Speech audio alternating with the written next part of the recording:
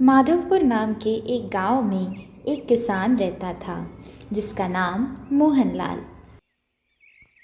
मोहनलाल के साथ उसकी पत्नी विमला भी रहती थी। दोनों भी खेतों में काम करते और अच्छी फसल उगाते। उनके दो बेटे थे, राम और श्याम। उनका बड़ा बेटा राम दिन भर खाना खाते रहता। उसको अलग अलग पकवानों का सेवन करना बड़ा अच्छा लगता था। वो मन में विचार करता है, वाह, क्या जिंदगी है मेरी। बस मस्त खाना खाओ और मजे से रहो। अब तो मैंने पेट भर के खाना खा लिया है। अब अच्छे से नींद पूरी करूंगा। और वही उनका छोटा बेटा श्याम। वो तो इतना आलसी था कि दिन भर सिर्फ सोते ही रहता।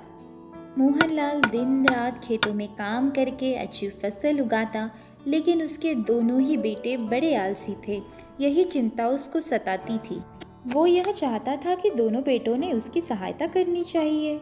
एक दिन मोहनलाल अपने दोनों बेटों को बुलाता है और कहता है, बेटा, अब मैं काफी बूढ़ा हो चुका हूँ। अब मुझसे ये खेतों के काम नहीं होते। तुम दोनों भी कुछ काम नहीं करते। इसलिए आज मैं तुमको एक बात बताना चाहता हूँ। हमारे खेत में मेरे पिताजी ने हमारा पुश्तैनी खजाना छुपा के रखा हुआ है, लेकिन मुझे पता नहीं कि वो कहाँ है। तुम दोनों को उस खजाने को ढूंढना होगा। यह सुनकर श्याम कहता है, हाँ पिताजी, हम दोनों भाई मिलकर उस खजाने को ढूंढ लेंगे। आप चिंता मत कीजिए। ऐसे और कुछ दिन बीत जाते हैं, लेकिन अब तक दोनों भाइयों ने खजाना ढूंढने की कोई भी कोशिश नहीं की है। एक दिन मोहनलाल की तबीयत अचानक से खराब हो जाती है। तब विमला कहती है, अजी, आपको क्या हुआ है? आप उठिए ना, मुझसे बात कीजिए। यह देखकर राम बोला, माँ, हमें पिताजी को जल्दी से किसी अच्छे डॉक्टर के पास लेके जाना होगा। इनकी तबीयत तो काफ़ी ज़्यादा खराब हो चुकी है। मुझे अब इस बात की चिंता है कि हमारा घर कैसे चलेगा। पिताजी की हालत ऐसे होते हुए वो कि कोई काम नहीं कर पाएंगे। यह सोचकर तीनों भी काफ़ी चिंता में पड़ गए। ऐसे ही कुछ और दिन बीत जाते हैं। एक बार राम आता है और माँ से कहता है, माँ, अब मुझे लगता है कि हम लोगों को वो खजाना ढूंढना ही होगा। हाँ बेटा, उसके सिवाय हमारे पास अब कोई इलाज नहीं है। वो खजाना मिलेगा तभी हमारा घर चल पाएगा। हाँ माँ, तुम सही कह रही हो। अब हमें वो खजाना ढूंढना ही होगा और वापस से अमीर बनना होगा, ताकि हम सब लोग खुशहाली से जीवन जी पाए। यही अब हमारी इच्छा है। बस मुझे तुम्हारा आशीर्वाद चाहिए माँ। हम दोनों को आशीर्वाद दो कि हम जल्दी से वो खजाना ढूंढ के लेके आए। हाँ माँ, हम आज से उस काम पे लग जाएंगे और जल्दी से खजाना ढूंढ के लेके आएंगे। राम और श्याम उसी दिन खेत में चले गए और खजाना ढूंढने की कोशिश में जुट गए।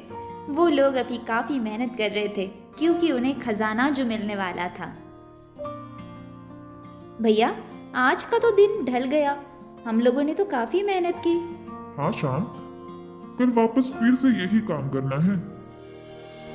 ऐसे कुछ और दिन बीत जाते हैं। वो दोनों भाई मिलकर पूरे खेत में खुदाई कर डालते हैं, लेकिन अभी भी उनको खजाना नहीं मिला होता है। तब श्याम कहता है, भैया, आज भी खजाना नहीं मिला, ऐसे भला क्यों? राम कहता है, हाँ श्याम, अब हम इस बारे में सोचना पड़ेगा। मुझे ऐसे लगता है श्याम, इस बारे में हमें माँ पिताजी को बताना चाहिए। वही हमें कुछ रास्ता बता पाएंगे। हाँ भैया, आप सही कह रहे हो। आज ही हम इस बारे में माँ से बात करेंगे। माँ, हमें तो खजाना मिल ही नहीं रहा है। आप बताइए, हमें खजाना कैसे मिलेगा? माँ, इस खजाने के चक्कर में हमने तो ना अच्छा खाना खाया, ना अच्छी नींद ली। अब आप ही बताइए, खजाना कहाँ है? बताइए जल्दी। बेटा, मुझे इस बारे में कुछ भी पता नहीं है। तुम लोगों को पिताजी को इस बारे में पूछना होगा। बेटा राम, क्या हो गया? तुम इतना चिंतित क्यों नजर आ रहे हो? मुझे बताओ, तुम किस दुविधा में हो? शायद मैं तुम्हारी कुछ मदद कर पाऊँ। बताओ, क्या हुआ है?